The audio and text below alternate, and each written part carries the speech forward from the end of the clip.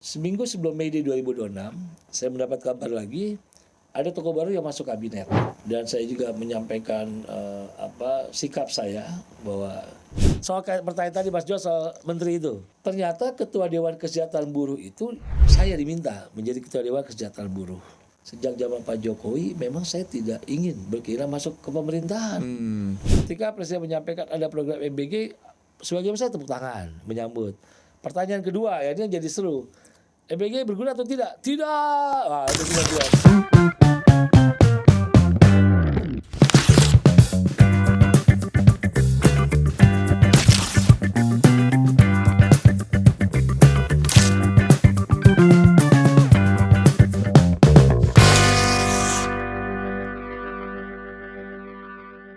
Jumpa lagi di The Johan Budi Untold Story. Pemirsa, kita sering mendengar gerakan buruh, dan dalam demokrasi di Indonesia faktor buruh menjadi penting, baik dari sisi ekonomi maupun dari sisi politis. Kali ini saya mengundang tokoh buruh yang tentu tidak asing buat kita, dan beberapa kali sempat kita saksikan di layar TV, apalagi kalau sedang ada perayaan Mei Day, Hari Buruh.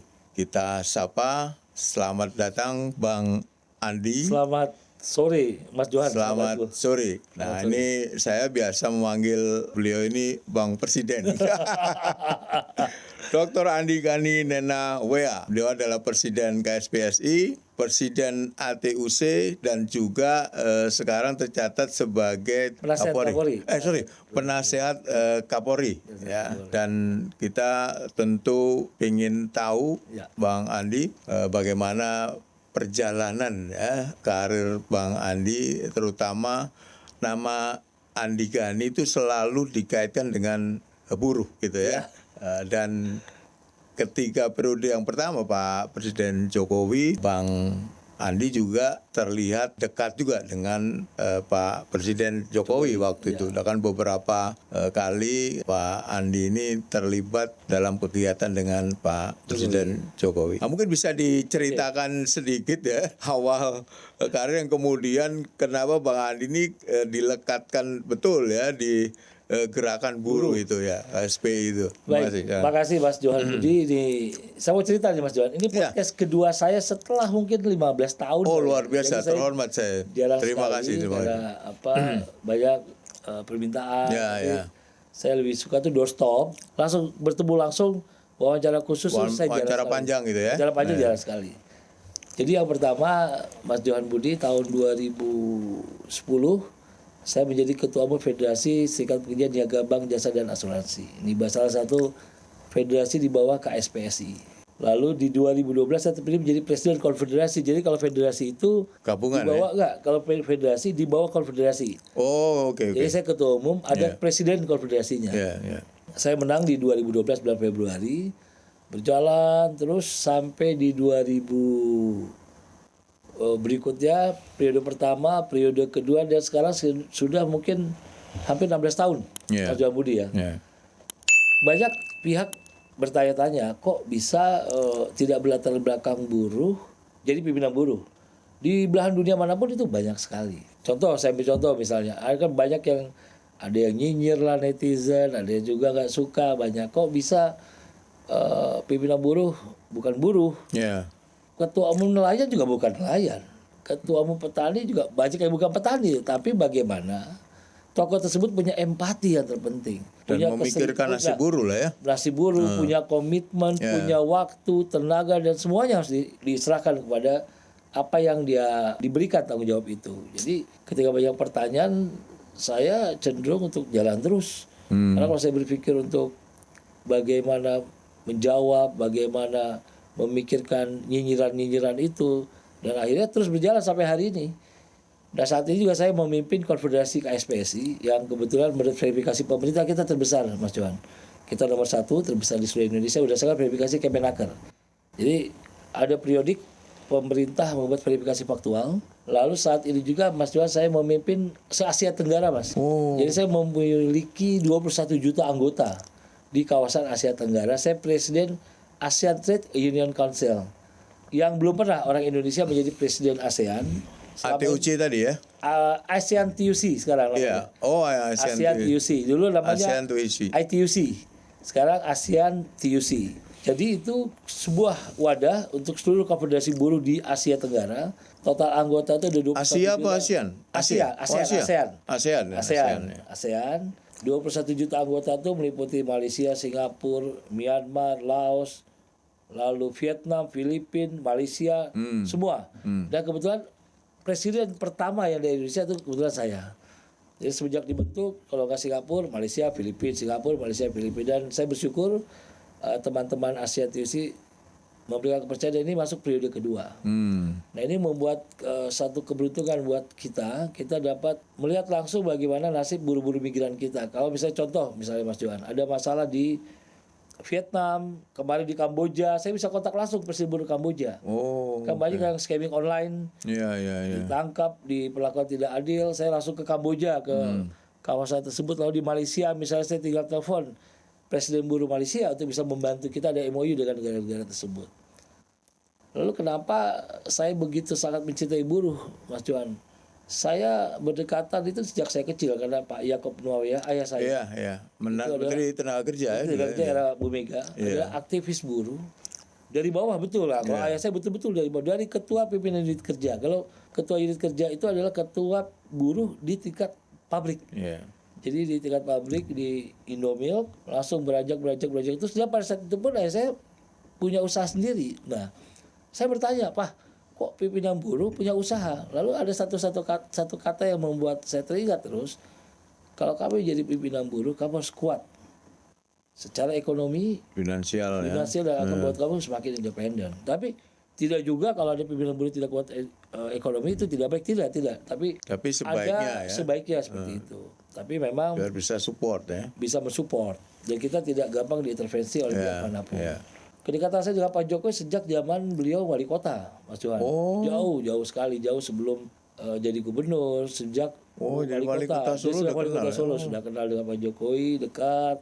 Lalu gubernur DKI, lalu terus menjadi presiden, dan disitulah banyak pihak bertanya karena Pak Jokowi sudah minta saya masuk kabinet, Mas Johan. Iya.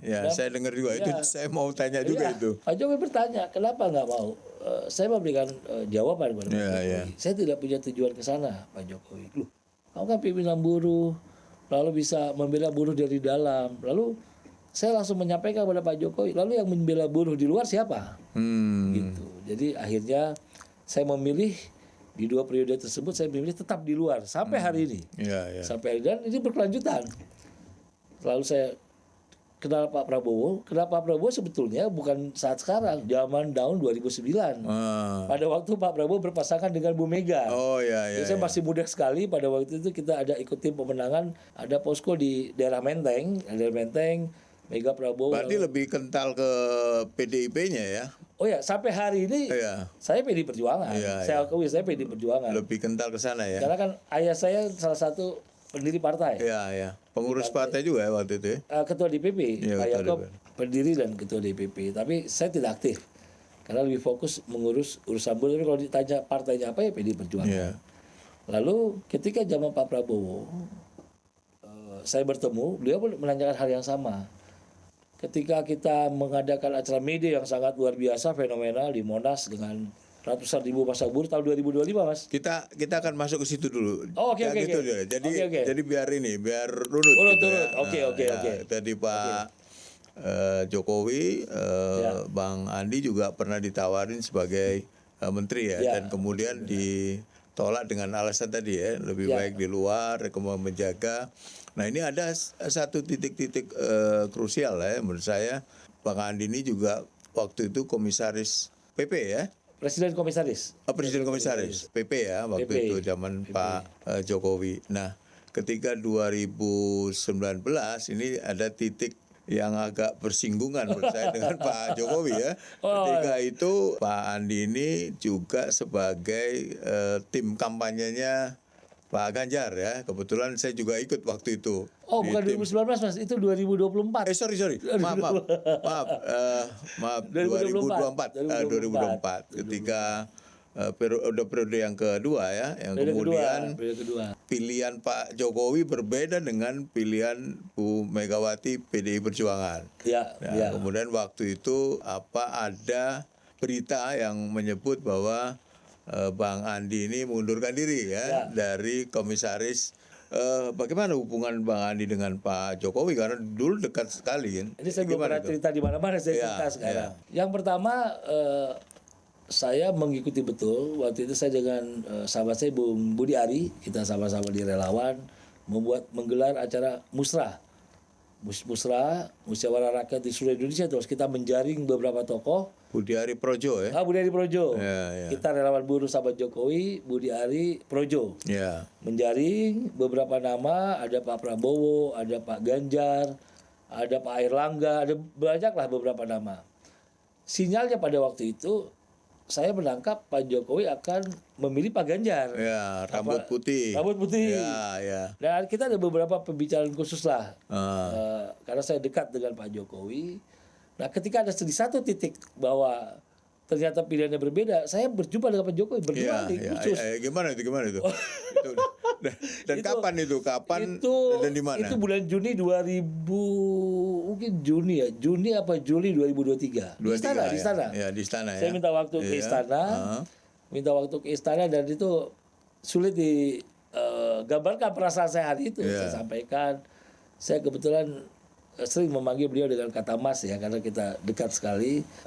Mas, saya hanya ingin bertanya, ini calonnya Mas ini Mas Ganjar atau yang lain gitu. Oh, Mas Andi belum diputuskan, tapi kelihatannya bahwa waktu itu belum ada gambar Mas Gibran maju waktu itu. Belum ada, saya juga belum dengar. Tapi lalu saya menyampaikan, Mas, ini gimana ya kita kalau sampai pilihan kita berbeda?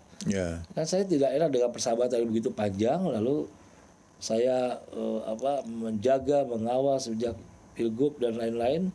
Ya pilihan berbeda, dan beliau dengan sangat demokratis menyampaikan kepada saya, ya rapopo Mas Andi, itu nggak apa-apa. Kan itu hak demokratis gitu. Nggak ada paksaan. Itu saya dapat menyampaikan kesaksian Mas Johan. Itu sulit saya menyampaikan hal itu kan. Dan ternyata 2 atau 3 minggu kemudian Mas Gibran maju sebagai calon wakil presiden. Nggak waktu lama lah waktu itu. Saya berjumpa lagi satu kesempatan dan akhirnya saya menyampaikan bahwa itu November itu kan November. Karena saya ada cerita juga itu.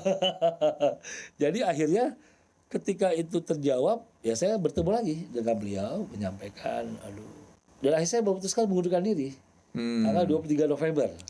Itu sebagai rasa respect saya, sebagai rasa tanggung jawab saya. Biar tidak coy juga ya. Ya kan agak bingung kan. Kita ada konflik of interest. Konflik of interest nggak boleh. Jadi akhirnya saya resign. Karena pandangan politik yang berbeda. Pandangan politik berbeda, dan saya menghargai. Dan saya berpamit. Jadi murni mengundurkan diri ya. 23 November resmi ya. Saya mundur. Enggak, maksudnya bukan karena tekanan atau karena. Oh nggak ada. Sama sekali tidak ada tekanan. Saya sampaikan terbuka hari ini di sini, tidak ada tekanan, itu keinginan saya sendiri. Saya mundur lalu mendapat tanggung jawab menjadi wakil ketua TPN. Ini menarik nih ya, Juni 2023 itu sama sekali belum ada nama Mas Gibran. Belum ada. Tapi perdebatannya adalah antara Mas Ganjar dan Pak Prabowo. Saya September 2023 di awal itu ketemu juga, mengantarkan undangan. Waktu saya mau menikahkan anak saya, itu juga belum ada pembicaraan mengenai September 2023. Makanya tadi Juni tentu, apalagi Juni gitu ya, masih jauh. Mungkin November atau Oktober lah baru nama itu muncul. Di September itu juga saya sempat bertemu Pak Jokowi yang mengantarkan undangan, tapi sempat diskusi juga tentang capres. Belum disebut juga. Belum disebut. Waktu itu memang pilihannya antara Pak Ganjar dan Pak Prabowo. Dan situ juga ada nama Mbak Puan waktu itu disinggung juga ya. September 2023. Ini juga informasi yang baru kita dapat juga bulan Juni. Ternyata juga belum ada. Kita belum ada nama dan belum ada perencanaan apapun. Jadi kalau ada yang pihak menyampaikan sudah perencanaan sejak lama, saya sangat dekat dan saya disampaikan apa adanya. Dan saya sampaikan kalau kita beda pilihan seperti apa gitu. Kemudian memutuskan mundur dari presiden komisaris PP ya. Nah setelah itu jadi tim kampanye Pak Ganjar. Kebetulan kita sama juga. Saya juru bicara timnya Mas Ganjar waktu itu. Nah dalam kurun waktu pas kampanye, kemudian riuh rendahnya Pilpres ya. Bagaimana hubungan Bang Andi dengan Pak Jokowi? Baik, sangat baik, Mas Johan, sangat tidak baik. Terpengaruh ya? Tidak ada pengaruh, itu yang luar biasa ya. Tidak ada pengaruhnya. Dan saya mempunyai fatsun politik begini. Ketika maju Pak Prabowo bahkan dari 2014 sampai 2019 tidak pernah relawan buruh sahabat Jokowi menyerang secara terbuka, menyerang secara apapun. Dia dapat dilihat di jejak digital lah. Kita nggak pernah menyerang pribadi, menyerang apapun soal Pak Prabowo atau Mas Gibran, nggak pernah. Benar-benar pure kita bertanding secara sportif. Ketika kita kalah waktu itu Mas Johan, ketika tahu perhitungan cepat disampaikan jam 3, jam 4 kita tahu kita kalah, saya telepon langsung. Saya telepon langsung menyampaikan ucapan selamat. Dan itu yang harus kita tanam di politik Indonesia. Tidak perlu ada dendam, tidak perlu ada satu hal yang setelah tidak enak. kompetisi. Setelah kompetisi ya selesai. Setelah kompetisi jam 3 saya sudah tahu. Silaturahmi ya. Silaturahmi bahwa kita kalah gitu. Kita kalah. Karena politik itu selalu ada menang, ada kalah. Ada kan nggak mungkin menang semuanya. Nggak mungkin dua-duanya menang. Tapi memang Mas Johan bisa dibayangkan lah kedekatan saya dengan Pak Jokowi tiba-tiba berhadap-hadapan di lapangan. Itu waduh itu betul-betul satu hal ya, tapi kan itu jalan politik. Bu Mega punya calon, Pak Jokowi punya calon, dan berbeda. Dan hubungan saya dengan Pak Prabowo dengan Mas Gibran baik-baik saja. Tidak ada, saya mendukung penuh karena pertandingan sudah selesai. Sudah selesai. Ada pertandingan. Setelah bertanding kita bersanding. Pertandingan sudah selesai itu. Dan kita bersanding. Tadi dengan Pak Jokowi, bagaimana dengan dari PDI Perjuangan, orang-orang yang ada di DPP ya, mereka pasti tahu bahwa Bang Andi dekat sekali dengan Pak Jokowi dan ketika awal-awal 2024 itu kan pertentangan semakin kuat ya, antara kalau kita menyebut partai mungkin di dalam partai itu juga ada yang nggak keras, ada yang keras ya. Mungkin dengan Bu Mega, Bu Mega terjadi benturan dan kemudian muncullah riuh rendah antara PD Perjuangan dengan Pak Jokowi. Nah, posisi Bang Andi ketika itu seperti apa? Apakah ada dari kelompok, tadi kan dari Pak Jokowi tetap baik ya, dari kelompok PDI Perjuangan yang kemudian, karena saya dengar ada juga yang dianggap quote-unquote pengkhianat gitu ya. Kalau mereka dekat sama Pak Jokowi itu dicapnya sebagai pengkhianat gitu. Nah, Pak Andi ini pada posisi yang sangat unik ini. Jadi ketika jadi ikut kampanyenya Mas Ganjar, tapi berhubungan baik dengan Pak Jokowi. Nah, ketika Bang Andi ini dengan Pak Jokowi baik, bagaimana di PDI Perjuangan sendiri? Pernah ini nggak? Saya Mas Johan tahu sendiri hubungan interaksi saya dengan Bu Mega dan keluarga sangat-sangat dekat. Tidak ada permasalahan apapun. Bu Mega sangat tahu persis apa yang menjadi komitmen politik saya. Dan dapat saya buktikan sampai hari ini. Saya tetap, jiwa marhen saya tetap terjaga. Dari ayah ya? Dari ayah, tetap berintegritas. Dan memang hubungan secara pribadi sangat biasa-biasa. Saya baik-baik saja. Maksudnya nggak ada, wah ini kalau datang ke Tuku Umar dicemberutin, semua orang kan menyangka gimana Pak Andi ditegur, gak, biasa-biasa aja. Kalau ketemu ibu, Bu selamat siang, Andi kita makan, nggak pernah bahas politik, hanya ditanya sesekali aja, wah gimana kamu kemarin demo, seperti anak dan ibunya. Jadi nggak ada yang namanya marah, menegur, karena kan Bu Mega dapat memisahkan ketika saya dekat dengan Pak Jokowi, dan memang saya dari Bu Mega kan sejak saya masih kecil Mas Johan, karena ayahanda saya sahabat ibu dari zaman sebelum PDI seperti hari ini kan, teman-teman PDI Perjuangan sejak bernama PDI ya. Nah sangat mengetahui persis. Kenapa? Saya berkaca pada ayah saya Mas Johan, saya dapat cerita feedback sedikit.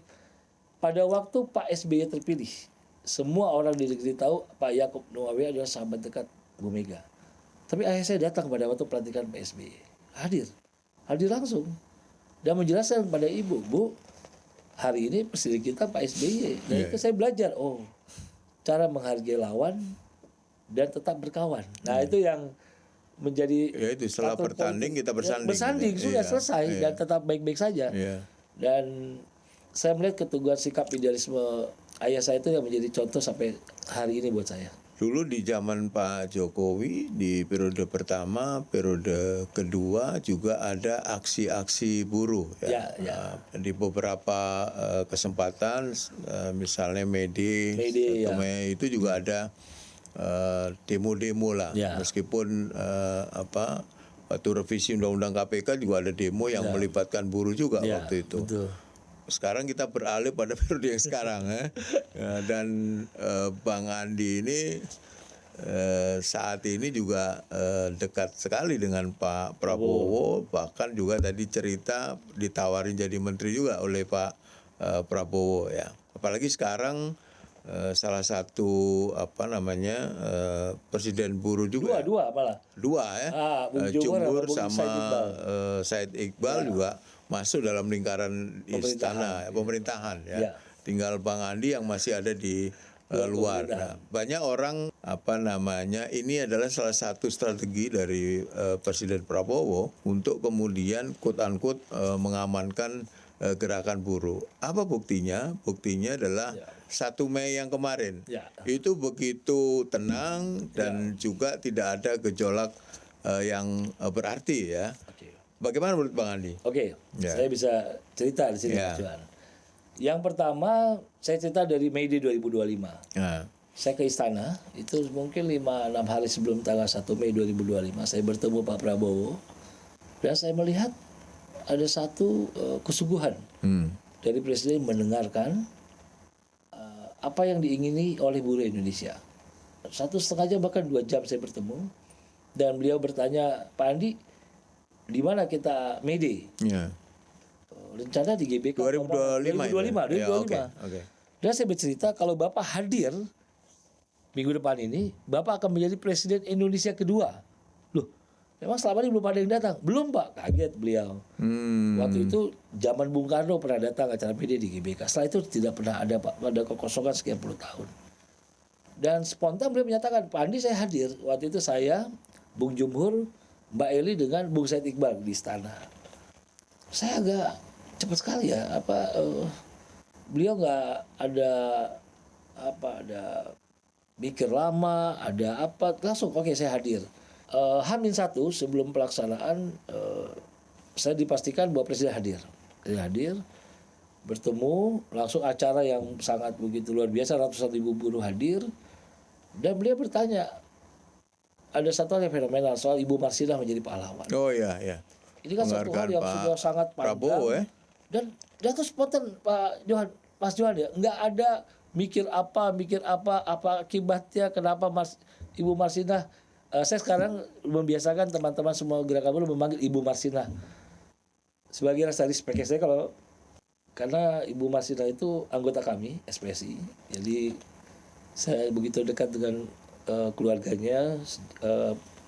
Beliau anggota SPSI di Catur Putra Surya, tim negosiator, Mas Johan, bukan pimpinan tingkat manapun, tapi gigih dan akhirnya meninggal dengan cara di Surabaya ya? Di Sidoarjo.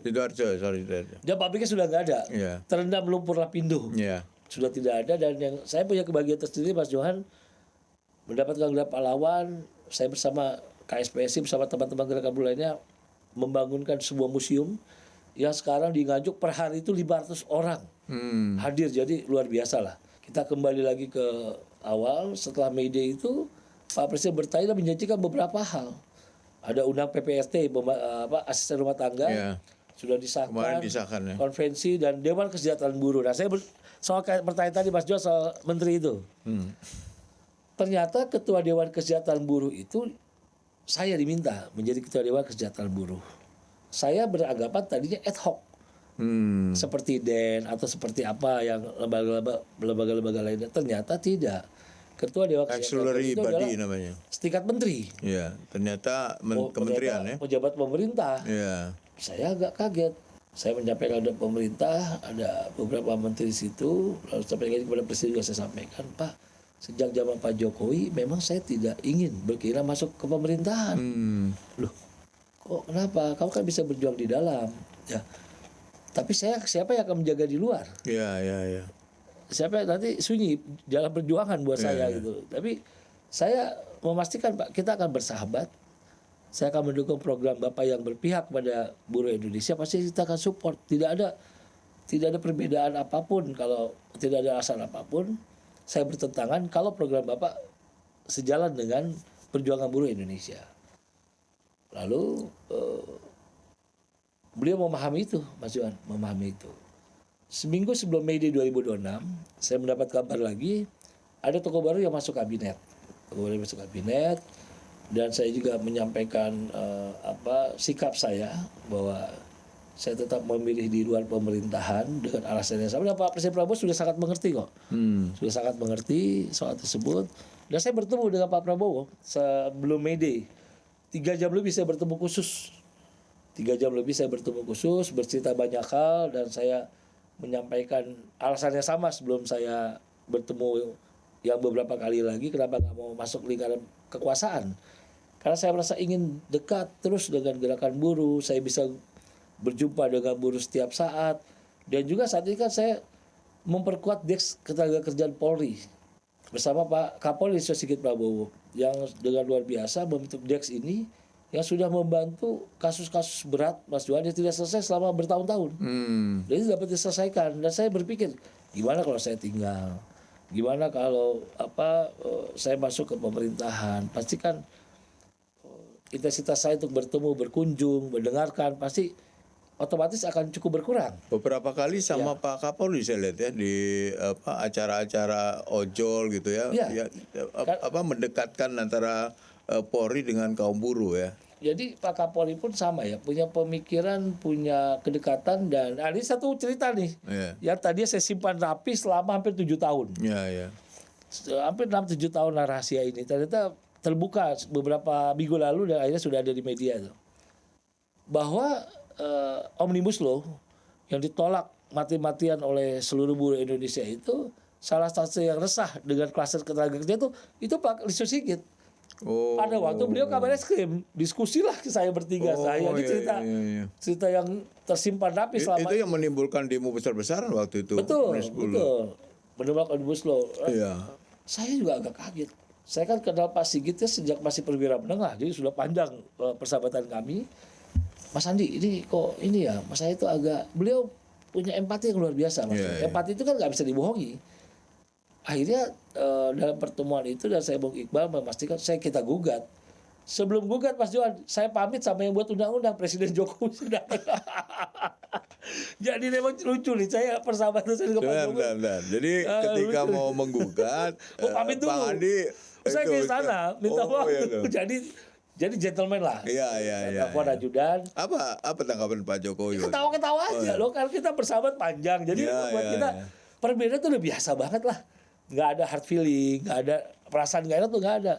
Mas, Pak Presiden, saya bilang, ini kan undang-undangnya menurut saya rancangannya nih merugikan buruh di anggota saya. Jadi saya mau gugat nih undang-undang Pak Presiden. Oh gitu ya? Saya akan gugat ke MK. Jangan sampai kita nanti hubungan kita nggak baik nih. Nggak apa-apa, itu kan haknya Pak Andi Mas Andi sebagai pimpinan buruh. Nggak ada. Mencegah tuh nggak ada sama sekali. Itu yang dapat saya sampaikan itu. Jadi akhirnya saya ya dekat dan saya tetap teguh, saya harus gugat. Jadi saya menggugatlah bersama Bung Iqbal. Saya menggugat undang-undang produk sahabat sendiri yang saya gugat. Dan akhirnya juga jadi sejarah. Undang-undangan produk berdua, Presiden dan DPR. Dengan DPR. Gugat dan akhirnya MK mengabulkan sebagian. Dan ada peran sejarah besar dari Jenderal Listio Sigit Prabowo. Ini bisa saya bisa ungkapkan itu karena empatinya luar biasa, Mas Johan.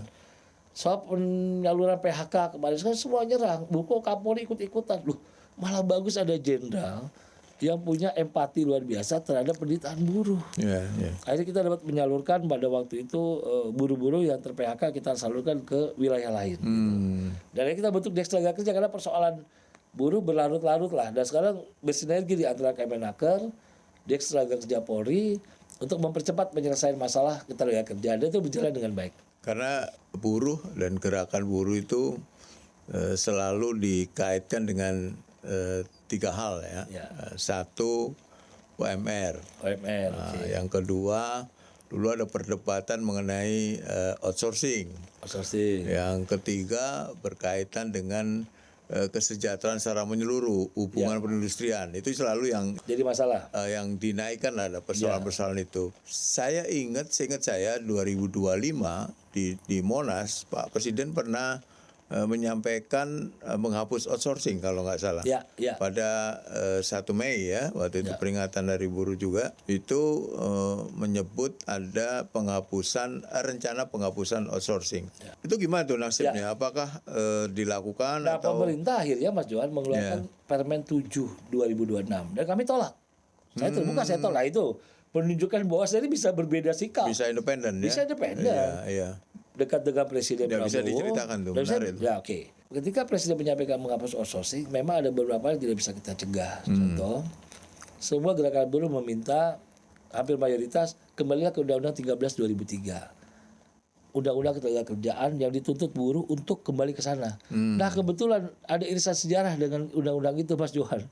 Undang-undang itu yang buat ayahanda sendiri.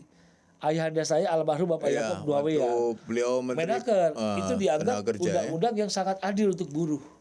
Pesangonnya sangat berkeadilan, lalu status pekerjaan. Nah, 2003 ya? 2003 ya. Dan mayoritas gerakan buruh minta kembali ke sana. Saya sudah jelaskan kepada Presiden, dan Presiden dapat memahami hal tersebut, Mas Johan. Lalu saya sampaikan kepada Menaker, Pak Menaker, batasilah ada 5 jenis pekerjaan. Apa itu? Ada security, ada outsourcing, ada cleaning service, ada jasa catering, ada jasa pertambangan, jasa operasional pertambangan. Nah, disepakati. Ternyata Permen nomor 7 keluar berbeda dengan apa yang kita sampaikan. Ada perluasan. Nah, hilanglah pekerjaan intinya, jadi nggak jelas apa yang menjadi batasan. Permen nomor 7 tahun 2026 baru keluar kemarin. 2026. Baru keluar. Dan kami langsung tolak. Seluruh gerakan buruh menolak. Dan dijanjikan revisi, tapi sampai hari ini belum keluar. Mudah-mudahan tidak berbeda, karena Presiden kan sudah punya komitmen penuh. Pasal apa yang jadi concern yang jadi Bang concern Andi saya dan itu, kawan-kawan? jadi tidak ada batasan jelas mana yang menjadi pekerjaan inti atau bukan. Lalu kan kita ingin dijelaskan bahwa jenis-jenis pekerjaan itu harus kembali ke Undang-Undang 13 tahun 2003. Ini yang dilarang, dan ini pekerjaan inti, dan ini bukan inti. Tapi itu agak tidak jelas permen tersebut. Dan kita sampaikan, dan sambutannya bagus kok. Menaker dengan Dirjen PHI Bu Indah Anggoro Putri juga bagus responnya. Mereka sedang mempelajari, tapi mungkin sudah sebulan lalu, tapi sampai hari ini belum selesai revisinya. Dan kami pastikan kami menolak, Mas Johan. Ini yang kami sampaikan kepada masyarakat bahwa Presiden, tapi tetap aja ditolak juga. Ya tetap jadi gitu loh. Saya ini orang yang independen. Orang independen. Ketika orang melihat di beberapa kesempatan dekat sekali dengan Presiden, bisa bicara langsung dengan Presiden. Presiden Prabowo sangat memahami itu kok. Pak, kalau suatu saat nanti kita berbeda pandangan, itu tidak mengganggu pertemanan dan persahabatan kita. Presiden Prabowo juga santai-santai aja. Jadi memang betul-betul demokratis, tidak merasa, kok Andi Gani gimana sih? Kemarin sama saya berdua-dua, lu kok tiba-tiba menolak? Saya sampai Pak, saya nggak setuju, saya menolak gitu. Karena tidak perlu takut menyuarakan kebenaran buat saya. Nggak ada beban, Mas Johan. Saya nggak ada yang dikejar lagi. Jabatan juga nggak mau, masuk kekuasaan juga nggak mau. Berapa kali tawarin menteri ditolak. Dan Jokowi juga nggak mau, dan memang nggak ada beban lagi. Jadi saya tidak juga merasa so bersih atau merasa so gimana, enggak. Karena memang pure saya ingin menjadi pimpinan buruh sampai pada akhirnya nanti itu. Seringkali orang meskipun ini beredar dalam bisik-bisik ya, menghubungi Pak Prabowo itu sulit sekali. Bahkan seorang menteri pun itu kalau mau menghubungi Pak Prabowo, dia harus pakai the middleman lah istilahnya itu. Ada messengernya lah yang harus disampaikan ke Pak Prabowo. Saya nggak tahu siapa yang middleman-nya itu ya, yang kan ada Pak Teddy Seska, Pak Mensesnek dan lingkaran di dalam. Kalau Bang Andi melalui protokoler yang formal atau nggak formal? Informal ya. Informal aja ya. Dan juga saya bingung, ada cerita itu, saya juga nggak tahu lah apa yang dialami oleh pihak-pihak lainnya, ada cerita itu saya mendengar, tapi saya tidak menemukan kesulitan ketika bertemu presiden. Iya. Lalu ketika saya ajak beliau ke Nganjuk, ke Jawa Timur, acara peresmian Museum Ibu Marsinah, juga tidak ada birokrat yang sangat menyulitkan, nggak ada. Jadi itu mungkin karena hubungan aja. Oh ya, mungkin karena kedekatan. Mungkin ketemu kepada yang lain agak berbeda. Tapi saya juga agak bingung Mas, betul karena beberapa pihak wartawan tanya, loh Pak Andi acara saya agak kaget juga ketika Medi kemarin itu ya. Habis Medi langsung Andi Gani berada langsung di belakang Pak Prabowo waktu itu. Jadi memang luar biasa itu. Unik ya. Jadi dekat dengan presiden tapi tetap kritis. Iya. Dan independen tadi ya. Banyak yang bertanya kapan ketemu presiden, kan jarang orang tahu kan. Iya. Ya memang saya juga nggak pernah woro-woro ngumumin saya ketemu presiden. Ketemu aja. Ketemunya di mana? Ada kejadian menarik ya. Di 1 Mei itu yang kemudian viral ya. Yang Pak Prabowo kira-kira menyampaikan MBG bermanfaat atau tidak gitu kan. Langsung peserta di itu yang kedengaran ramai mayoritas menjawab tidak. Oh, ini saya menjelaskan. Nah itu gimana itu? Mungkin sebulan lebih nih. saya lihat ada ekspresi wajah Bang Andi yang waduh gitu. Gimana itu ceritanya itu? Itu sempat berbisik ke Pak Prabowo. Saya belum pernah nih memberikan penjelasan gamblang. Iya, gimana itu? 2 hari kemudian saya menjawab di konferensi pers, dan itu akhirnya saya diserang. 1 bulan lebih. Ini membela Pak Prabowo. Saya diamkan saja dan pada akhirnya pasti saya jawab di sekarang hari ini. Pak Prabowo biasa saja, Mas. Nggak marah, nggak ada perasaan seperti apa. Selesai acara juga saya antar ke mobil, nggak nanya itu siapa, kenapa saya ditolak, kenapa buruh seperti itu. Saya sudah diundang menghormati buruh, tapi kok saya diperlakukan seperti itu, nggak ada sama sekali. Dia itu anggap demokrat, dan buat kami pimpinan buruh itu biasa saja. Malamnya saya menghubungi beberapa pimpinan wilayah, kan saya kok orang bilang kok Pak Andi bisa tahu, loh itu anggota-anggota kami juga. Ada anggota A itu ada bawa bendera, ada jaketnya, kita dapat membedakan. Yang sebelah kanan panggung itu anggota saya mayoritas, ada anggota Pak Iqbal, Pak Jumur dan lain-lain. Yang menolak ada, saya akui, memang ada. Yang memang tidak suka program MBG, ya ada. Saya dipotong-potong untuk penjelasan saya itu. Jadi pada waktu di media sosial, lajang itu. TikTok apa, jadi ada penjelasan lengkap yang tidak disampaikan ke publik. Akhirnya diserang habis-habisan lah. Ini pembela presiden lajang segala macam. Apakah dia nolak? Ada. Karena mereka merasa ada program yang lebih penting untuk diutamakan. Itu buruh tuh kritis. Nggak bisa kita larang-larang. Bagaimana saya mengatur? Saya sependapat. Mas Johan, 400.000 buruh. Dan presiden berani datang ke acara itu. Saya udah tahu resiko aja presiden. Ini acara protokolnya terbuka. 400.000. Oh itu disampaikan juga? Saya sampaikan sebelum datang kedua kalinya. Berarti dia berantisipasi. Sebagai ketua panitia. Luar biasa. Saya siapkan. Dia biasa-biasa santai aja kok. Nggak ada perasaan gimana Pak Andi nanti jawab. Nggak ada sama sekali. Itu mengalir saja.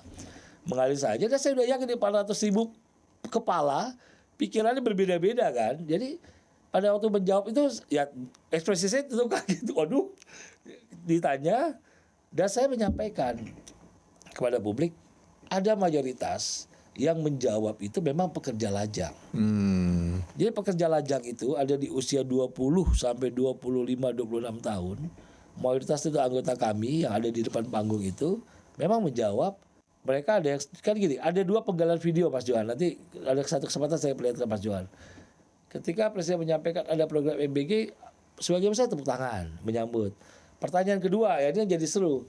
MBG berguna atau tidak? Tidak. Wah, itu semua jawab. Itu kenyataan politik. Kenyataan kita tidak bisa marah pada anggota.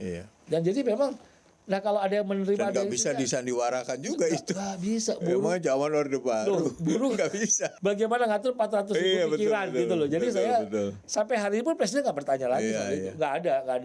Jadi menarik yang itu, kemungkinan bisa ada hal yang agak aneh gitu ya, anomali itu udah diantisipasi sebenarnya. Saya udah sampaikan kepada presiden. Jadi Pak presiden Prabowo, buruh ini kan terbuka, demokratis, biasa menyampaikan apa adanya. Bahkan kita presidennya kadang kritisi. Buat kami di Gerakan Buruh itu hal yang biasa kritisi gitu. Jadi kesempatan saya terima kasih Mas bisa menyampaikan lengkapnya seperti ini. Apakah ada Gerakan Buruh yang menolak? Buruh menolak? Ada. Itu didapatkan dipungkiri. Adakah yang menerima? Ada. Dia yang menjawab tidak? Ada. Nah itu jelasnya. Tapi ketika saya cek, kan kita hafal tuh. Ini anggota siapa? Oh sebelah kanan itu berarti karena ada AGN-nya, pakai AGN biru, ini anggota saya ini. Kita tanya PUK mana tuh? Kita bisa hafal Mas. Karena kan saya bersentuhan dengan sampai tingkat grassroots. Iya, secara langsung ya. Dan saya belum kawin Pak, belum punya anak. Ya, saya belum merasakan MBG. Itu yang saya sampaikan kepada media. Tapi dipotonglah jawaban saya, yang jawaban lengkap lainnya itu tidak disampaikan ke publik. Tapi nggak apa-apa lah, itu kan risiko. Saya tahu betul itu ya, bagaimana Bang Andi ini sampai ke grassroots para buruh di bawah ya, karena saya pernah mengalami. Kita punya pengalaman khusus lah. Ada pengalaman khusus sama Mas Johan Budi lah. Ini kan podcast ini mencoba untuk mengangkat cerita di balik yang diberitakan. Ini kalau nggak bersedia menjawab juga nggak apa-apa. Nah, acara sebesar itu, itu kira-kira dibiayai oleh siapa? BD. BD kemarin. Yang pertama, banyak pertanyaan dari masyarakat. Apakah APBN? Saya jawab dengan pasti tidak. Tidak. Nah, buruh Mas Johan, bahkan sebelum ada Pak Presiden Prabowo hadir pun kami sanggup mengadakan di GBK. Masyarakat jangan lupa loh. Saya dengan Bung Iqbal berkali-kali GBK sendiri mandiri itu. Tanpa menghadirkan pemerintah ya. Tanpa dari pemerintah. Kita udah sanggup kok gitu loh. Lo kok baru bertanya sekarang. Nah, PUK bisa mandiri. Nah, saya dapat cerita ke Mas Johan. Contoh koperasi KSPSI Andi Gani di beberapa daerah itu bahkan ada yang mencapai asetnya sampai 200-300 miliar. Mandiri semua Mas Johan. Punya toko, punya koperasi simpan pinjam. Lalu ditanya di media sosial, itu jajan Andi Gani iuran buruh. Saya tegaskan hari ini di sini. 16 tahun saya jadi presiden buruh Mas Johan. Saya tidak menerima iuran dari anggota saya tolak. Saya tolak. Saya tegaskan nih, Andi Gani, presiden KSPSI, boleh dicek anggota saya tidak menerima iuran dari bawah. Jadi kalau ada orang bilang Andi Gani makan iuran buruh, saya tegaskan saya dari 2010 saya nggak terima. Saya kembalikan ke teman-teman di bawah, ke federasi anggota saya sampai tingkat PUK untuk pengembangan kemandirian mereka. Lalu jangan anggota Pak Andi banyak, iurannya banyak. Saya presiden buruh yang menolak iuran. Menolak iuran masuk ke saya, tapi iurannya berjalan memang berjalan. Organisasi. Nah, selalu organisasi. Kalau ditanya Monas misalnya, itu ada sembako begitu banyak. Itu kan dari Pak Presiden, bukan dari panitia. Pak Presiden bertanya kepada kami, ya itu dari Pak Prabowo. Lalu biaya kedatangan dari buruh. Sejak tahun 2012, saya dengan Bu Iqbal sudah bikin acara seperti ini. Sebelum presiden pemerintah ikut-ikut Mas Johan. Jejak digital nggak bisa bohong lah. Sewa GBK berapa sih? Bis berapa ribu sih yang datang? Itu kan kita hadir mungkin 7-8 kali kali ya. Sebelum presiden hadir ya. Jadi zaman SBY waktu itu, belum zaman Pak Jokowi loh. Kita adakan dan memang bisa kita adakan gitu. Kita masuk pada milestone. Jadi udah terjawab belum? Udah terjawab dah. Enggak, saya kan berpikir secara logika ya. Ya tadi penjelasan bahwa tanpa presiden hadir pun GBK aja udah malah GBK loh. Lebih mahal GBK. Lebih mahal. Lo kita bayar berapa miliar tuh? GBK bayar, kita sanggup. Tanpa APBN, tanpa cewek-cewek penguasa. Nggak ada Mas Johan. Mas Johan kan dekat sama saya udah bertahun-tahun kita. Jadi jejak digital kan nggak bisa bohong. Loh, kita sama Pak SBY kan. Enggak, itu penjelasan yang masuk akal. Loh, kok malah tanya itu. Lo malah tanya. Lo Monas gratis, nggak bayar. Ini GBK, artis-artis. Loh, sampai ada yang ngulik-ngulik beberapa pengamat. Itu sewa bisnya diikuti Mas dari berangkat TPUK. Mereka kaget ketika PO bis ditanya pembayarannya langsung dari pimpinan unit kerja PT tersebut. Jadi mereka memang punya ada dana untuk beli persiapan aksi, ada dana acara, ada dana musibah anggota, ada dana duka cita, dana beasiswa, itu lengkap. Udah buruh sekarang udah berbeda lah Mas. Udah sangat-sangat independen dan mandiri. Ini pemirsa podcast kita ini kan kadang-kadang ingin tahu juga cerita di balik berita itu. Kalau setiap ada aksi buruh kan tidak semua komponen atau serikat buruh itu turun ya. Seperti Agustus yang kemarin. Agustus kemarin kita nggak lihat Bang Andi, tapi lihat Said Iqbal. Bahkan ada di mobil, di atas mobil waktu itu. Nah, kenapa memutuskan bahwa Agustus yang 2025 yang lalu itu tidak ikut turun? Jadi saya jelaskan di cerita di balik berita nih, atau story benar-benar ya. Jadi Mas Johan, saya bersama Bu Iqbal bersahabat belasan tahun, panjang. Mengawali kegerakan buruh bersama-sama, berjuang bersama, bahu-membahu lah. Menggolkan BPJS, mengepung DPR, mogok nasional bersama, ada Bung Budofir, Presiden KSBSI sebelum Bu Eli. Banyak cerita panjang. Tetapi kami punya komitmen pribadi. Karena kami punya perbedaan pandangan. Kadang keras, dan buat kami biasa-biasa saja. Sekarang lagi berbeda pandang, nanti bersama dalam satu pandangan. Nah, pada saat Agustus itu, seminggu sebelum 25-28 Agustus itu, saya sudah mendengar akan ada desain kerusuhan, akan ada kerusuhan besar, akan ada agenda yang menyusup dalam aksi besar. Saya memperhitungkan, pada itu bersama Bung Iqbal, diskusi panjang, pada waktu itu Bung Iqbal memutuskan tetap turun.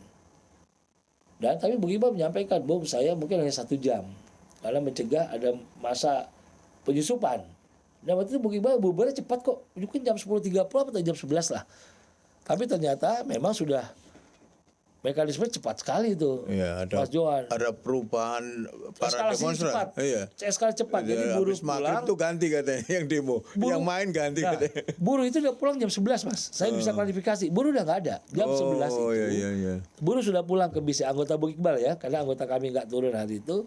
Hanya saya pastikan di kesempatan ini buruh sudah bubar jam 11 siang.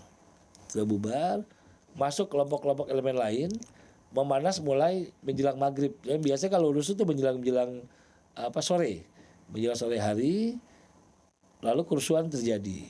Jadi, apakah karena ada perbedaan pandangan antara Bung Andi, Bung Iqbal dengan gerakan? Tidak ada. Jadi memang buat kami hal biasa. Hal biasa. Jadi, kalau ada satu isu kami bisa bersama, di satu isu yang lain kami tidak bersama. Bertanya lagi, sebelum ditanya Mas Johan Budi, saya jawab duluan nih. Kok PD sekarang nggak demo gitu loh? Loh, yang kita demo siapa sih Mas? Kekuasaan. Terus pusat kekuasaannya datang ke kita. Loh, kita mau demo siapa lagi? Tapi di DPRD tetap kita gerakan, Mas, di daerah tetap ada. Tapi banyak juga gubernur-gubernur yang mendahului dengan melakukan pertemuan. Nah terus apa yang mau kita kerjakan? Kita nggak punya desain untuk melakukan sesuatu yang memang terjadi sudah baik. Kenapa kita buat itu? Menyambung kenapa nggak demo itu kan ada isu-isu yang kemudian perlu dikonfirmasi ya. Apa isunya, masuknya Jumhur, masuknya Said Iqbal yang menjadi bagian dari pemerintah. Saya jamin tidak ada. Presiden gimana itu? Saya jamin Mas Johan tidak ada. Saya jamin Bung Iqbal dengan Bung Jumhur pasti akan tetap independen. Saya pastikan itu. Kan saya sampaikan Mas Johan, gerakan buruh itu kritis. Bahkan saya datang ke PUK, anggota saya ini orang nomor 1 di KSBSI, bisa dikomplain langsung, ditunjuk-tunjuk sama anggota saya. Terbuka, sangat demokratis Mas, tidak absolut. Absolut ketika saya sudah putuskan semua ikut. Tapi ketika kita mendesain, merancang atau menyampaikan satu sikap, itu panjang perjalanan. Untuk sampai pada satu aksi besar itu tidak harus dari saya tunggal langsung tanggal sekian turun. Kalian nggak perlu tahu apa maksudnya, nggak bisa Mas. Saya harus keliling tuh Mas, ke Jawa Barat, Jawa Timur, Jawa Tengah, ke Batam, keliling. Kita harus turun. Kenapa turun? Di debat dulu tuh Mas Johan. Kenapa harus turun Pak Andi? Kenapa kita nggak audiensi dulu gitu loh. Dan akhirnya frekuensi aksi Mas, saya lihat dari tahun 2010 ke 2015 itu puncak aksi buruh. Sebulan bisa 5-10 kali. Gerebek pabrik, tutup jalan tol. Mungkin Mas Johan sempat mendengar zaman-zaman itu. Pernah dulu. Tapi masuk ke tahun 2019, 2020 sudah mulai intensitas kita dengan kekuasaan mulai bisa bicara langsung, mulai bisa kita diskusi. Tapi aksi tetap jalan terus Mas. Tidak menyurutkan. Baru kita May Day saya tolak lagi langsung peraturan pemerintah kok gitu loh. Jadi jangan khawatirkanlah soal independensi kami, saya pastikan. Dan saya berdoa untuk Bung Iqbal, Bung Jumur selamat untuk jabatan amanah barunya. Kita akan selalu bersahabat, tapi tetap perjuangkan nafas perjuangan buruh di dalam lingkaran kekuasaan. Iya. Biarkan kita bersinergi, saya berada di luar dan kawan-kawan berada di dalam. Ini sikap KSPSI ya, karena kan tadi Bang Andi juga menyampaikan ada beberapa faksi atau serikat buruh yang ada 4 atau 5 yang besar ya tadi dari cerita. Ini sekarang ada momentum yang kemudian bisa membangkitkan terjadinya aksi kenaikan Pertamax ya, yang kemarin udah mulai ada demo. Saya nggak tahu sebesar apa ini karena ini menurut yang demo itu pengaruhnya langsung ke masyarakat kecil ya, dan tentu buruh juga akan terpengaruh lah, karena tidak hanya kenaikan BBM, itu kan imbasnya juga ke kenaikan harga barang-barang ya. Nah, bagaimana sikap KSPSI melihat situasi yang saat ini, yang current isu sekarang ini kan ada demo ya berkaitan dengan kenaikan dari BBM non subsidi ya. Di Pertamax kan non subsidi. Meskipun itu dianggap juga bisa mempengaruhi kehidupan kaum menengah ke bawah lah ya. Terutama yang bawah ini. Gimana itu sikap KSPSI melihat? Sikap KSPSI pimpinan Andi Gani tentu kita bersikap realistis. Dan tentu kita tidak mengharamkan turun ke jalan, tidak. Tapi kan kita melihat, saya melihat selama presiden dan jajaran bisa berkomunikasi dengan kami, menjelaskan dan segera mengambil keputusan, tentu kami akan mendukung. Tetapi ketika pemerintah tidak juga mengambil langkah-langkah strategis, langkah-langkah cepat dan terjadi badai PHK, kami pastikan kami akan turun ke jalan. Itu pertanyaan yang simpel. Luar biasa. Jadi tidak perlu khawatir gerakan buruh, Mas Johan. Benar. Saya tahu persis kapan kami akan turun ke jalan, dan selama ini kami masih bisa berkomunikasi. Dan saya ambil contoh misalnya, ketika ada badai PHK di Bekasi, langsung itu Pak Kapolri turun, Deks Tenaga Kerja turun, selesai kasusnya, Pak Sufi Dasko turun, cepat, langsung. Jadi nggak perlu teman-teman ke DPR demo dulu segala macam, cepat langsung menemui akar masalahnya. Nah sekarang yang jadi masalah gas industri, Mas. Ini kecemasan saya. Saya sudah sampaikan kepada Presiden, gas industri ini sangat mahal dan sudah tidak terbeli oleh industri. Ini bahaya, karena sudah ada 9 pabrik besar, anggota kami dan anggota yang lainnya udah terkena dampaknya nih, Mas. Bukannya BBM, gas industri, Mas, sekarang. Industri keramik dan pabrik-pabrik yang menggunakan gas industri. Akhirnya apa, Mas John? Barang produksi bertumpuk. Padat karya itu ya? Padat karya, jam kerja dikurangi. Nah, ini udah mulai resah nih. Nah, keresahan ini saya sampaikan kepada Presiden. Pak Presiden, ini riskan loh. Persoalan gas industri harus cepat diselesaikan. Dan Presiden beserta jajarannya menurut saya segera mengambil sikap cepat. Gitu. Jadi bukan hanya BBM, Mas, ada persoalan gas industri yang cukup besar. Saya bisa menarik kesimpulan ya dari penjelasan tadi bahwa kuncinya adalah komunikasi ya. Antara itu dengan presiden atau dengan pemerintah. Kalau komunikasinya baik dan pemerintah atau presiden mendengar apa yang menjadi keluhan di bawah, saya kira nggak perlu ada demo-demo itu ya. Demo tetap perlu. Ini yang ada perlu juga. Perlu juga. Demo itu. Kalau dari komunikasi tadi udah. Kalau komunikasi itu selesai semuanya, ya tentu ya kita pastikan realistis, kan saya sampaikan kita realistis dan kritis. Gerakan buruh itu pasti realistis tapi kritis. Ketika kita dijanjikan dan tidak dipenuhi dan tidak ditepati janji itu, ya kita pasti bertanya dulu kenapa ya dia turun ke jalan. Tetap itu, Mas Johan, jangan diragukan hal itu. Karena saya percaya juga itu. Dan kami kan kalau turun nggak 500.000 orang, pasti puluhan ribu. Dan tidak sembarangan turun lah, nggak asal turun, nggak asal, pasti kita perhitungkan dengan sangat cermat. Terakhir ini ini soal pribadi ini ya.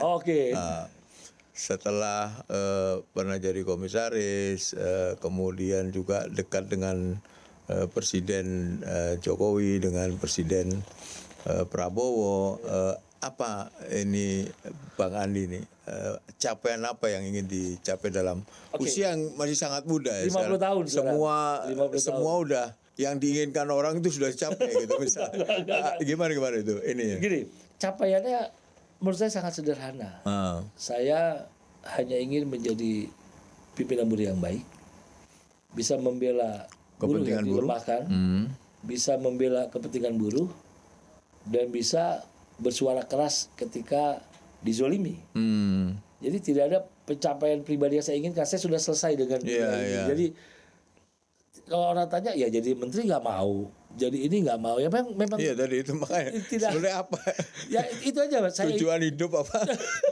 Ini anaknya Mas Johan banyak sekali yang tanya tujuannya apa kan? Kalau orang ingin berkarir. Orang kan dia jadi menteri kan impian semua orang tuh. Ini mimpinya memang nggak jadi menteri. Mungkin cita-citanya jadi anak menteri sudah cukup. Sudah pernah jadi anak menteri. Jadi anak menteri. Saya malah kalau bercanda ke teman-teman, ya saya lebih baik sahabatnya presiden. Nah, lebih apa? Buat saya lebih bisa bebas menyampaikan apapun. Jadi kalau misalnya target apapun ya nggak ada target pribadi. Target pribadi saya kemenangan buruh Indonesia. Itu aja. Jadi nggak ada, karena jujur pas masuk usia 50 di 45, 46 itu saya masuk masa transisi. Ketika saya sudah menyelesaikan dunia saya. Jadi sudah tidak ada. Sekarang 43, 42. Sekarang 50 Mas. Wah berarti udah 50. Wah, udah 50 sekarang. Sepatu udah 50. Udah 50 ya. Waduh, Maaf. ini saya bahagia sekali soalnya. Karena masih kelihatan muda sekali. Udah 50 Mas, udah setengah abad. Oke. Udah setengah abad nih. Udah setengah abad, jadi kalau ditanya tujuan hidup atau apa, dan sekarang kan saya memang memiliki usaha bersama kawan-kawan. Kita membuka startup yang namanya Ajaib. Kebetulan Tuhan memberkahi, kita punya user 5 juta orang, dan usaha saya dengan Anderson itu bersama teman-teman lainnya itu terbesar di Asia Tenggara sekarang. Itu yang membuat ya sudah cukup pencapaian buat saya. Jadi mudah-mudahan yang menjadi orang yang berguna buat sesama. Ini yang pribadi ya. Sekarang singkat, apa keinginan Bang Andi yang belum tercapai terhadap buruh? Apa yang belum selama memimpin buruh ya? Jadi, PSI? Selama memimpin KSPSI, saya melihat pencapaiannya sudah sangat luar biasa. Ketika saya masuk gerakan buruh di tahun 2010, saya belum melihat adanya suatu ada tatanan lah di tingkat-tingkat buruh pabrik. Tapi Mas Johan saya ajak nanti, ada anggota saya itu di PUK PT Adis, itu punya ATM sendiri Mas. Punya ATM, punya aset koperasi 140 miliar. Mas bayangkan koperasi buruh loh. Lu jangan agak main-main, mereka mengembangkan aset sampai itu bisa bikin kredit perumahan. Buat saya itu pencapaian. Dan saya agak emosional, bahagialah di situ. Jadi sangat-sangat luar biasa Mas sekarang buruh sekarang. Jadi jangan menganggap rendah buruh lah. Mereka bisa membangun manajemen yang luar biasa Mas. Saya datang ke satu koperasi, saya nyumbang 15 juta. Ketika saya tanya asetnya, saya punya 60 miliar, saya kaget sendiri. Waduh ini saya salah. Jadi mereka, ini nanti saya bawa Mas. Jadi punya minimarket. Mereka bangun perumahan Mas sendiri, bisa bikin kredit luar biasa ya. Iya, koperasi simpan pinjam. Jadi total Mas, koperasi milik SPSI, Mas Johan tebak berapa? Tebak aja. Perkiraan Mas Johan. Ya mungkin miliaran lah. 2 triliun Mas. Loh, triliun? Kita punya 2 triliun. Gila. Serius, kita punya 2 triliun. Ini saya buka aja. SPSI di seluruh Indonesia kita punya aset koperasi 2 triliun. Luar biasa ya. Bagaimana kami bisa dibeli oleh sebuah kekuatan kalau kami punya kekuatan ekonomi? Bisa jadi partai. Nggak punya keinginan untuk bikin partai. Saya tetap di PD Perjuangan. Dan KSPSI selamanya akan tetap di Koperasi Buruh saja. Karena kan kawan sebelah udah bikin partai juga. Di anggota kami ada yang masuk partai buruh. Ada. Dan juga saya juga termasuk figur yang mendorong, membutuhkan untuk teman-teman punya langkah politik. Kita tidak menghargai politik wadah. Tapi ketika banyak pihak bertanya, saya mengajak Sekjen Buruh Dunia datang, Luke Triangle dengan Soya Yoshida. Kaget mereka Mas. Ini koperasi kami, dia shock sendiri, punya ATM. Jadi Mas, di PUK saya sendiri itu ngambil uang udah nggak pakai kartu, pakai kode. Wah, keluar udah secanggih itu Mas. Jadi mereka punya toko dan mereka udah punya cabang di mungkin 5 atau 6 tempat lah toko serba ada. Menarik. Menarik, nanti saya ajak Mas Johan lah lihat koperasi kita. siap. Jadi ketika ditanya berapa kekuatan koperasi SPSI, terakhir tuh saya mendapat laporan bulan lalu itu sudah mencapai 2 triliun lebih. 2 triliun lebih. Koperasi buruh. Koperasi SPSI, SPSI Andi Gani. Iya kan buruh kan. Ya buruh, bayangkan Mas. Punya kekuatan Luar sebesar biasa. itu. Jadi bagaimana membeli kami? Iya. Itu pertanyaan. Jadi itu kan itulah yang bisa membuat independen juga. Itu. Iya betul. Nah jadi jangan kaget ketika, nah sini teman-teman bisa cek, nanti kita ajak lah Mas Johan dan itu. Nanti kita videokan juga tuh. Boleh, Mas. Melengkapi melengkapi podcast boleh, ini. boleh. Nanti saya Melengkapi undang. podcast ini. Biar lihat ada ATM-nya. Boleh Mas, saya undang Ini khusus. baru apa? Ya, supaya lihat banyak yang koperasi tidak saya tahu, ya. undang ke 3 tempat. Ada POK Fajar di Bekasi, ada POK NOK dan POK Adis di Tangerang. Di 3 tempat itu coba Mas lihat. Itu angka aset mereka tuh di angka 60 sampai 70 miliar dan ada 150 miliar. Menarik. Dan tidak ada Mas, saya tegaskan hari ini di sini. Tidak ada potongan apapun yang sampai ke Andi Gani. Saya tolak. Nggak ada. Luar biasa. Nggak ada. Dari awal saya memimpin, iuran berhenti sampai di federasi dan kembali ke kalian. Karena saya Itu makanya disayang gitu ya. makanya kalau kongres nggak ada calon yang mau. jadi itu hal lucu Mas. Jadi memang kenapa ya apa ya? Saya ingin organisasi yang besar bukan pemimpinnya, bukan sayanya. Tapi organisasinya. Nah, ketika di 2020 Mas, saya mendengar kemajuan luar biasa. Dan saya mencapai yang luar biasa ketika mencapai titik koperasi-koperasi itu majunya luar biasa. Iya. Koperasi simpan pinjam. Jadi mereka nggak terjerat pinjol-pinjol ilegal tuh. Jadi mereka cukup pinjam di koperasi simpan pinjam sendiri gitu loh. Mas saya kalau ke bawah Mas, ke anggota malu sendiri kalau bawa bantuan Mas. Saya lihat tuh yang datangnya punya aset berapa nih. Tiba-tiba saya kasih bantuan nih buat apa? Numbang 2 juta asetnya. Itu miliaran. Wah saya kaget Mas. Ini kayak bawa garam tengah laut itu saya tuh. Baik, terima kasih Mas Bang Johan. Andi Gani Luar biasa hadir nih, dalam undangan saya di podcast ini. Menarik sekali tadi Walaupun terlambat, sorry, ceritanya. Pemirsa, demikian obrolan saya dengan salah satu sosok ya yang dikenal dekat dengan banyak pejabat, termasuk presiden baik sebelum Pak Prabowo, Pak Jokowi, Pak Prabowo, dan juga dengan Pak Kapolri juga dekat, tapi tidak pernah tersampaikan di publik. Nah, tadi kita sudah mendengar cerita-cerita dari Bang Andi Gani yang saya kira tidak ada di dalam sebagai tadi tidak ada di dalam media ya. Demikian sampai jumpa, saya Johan Budi.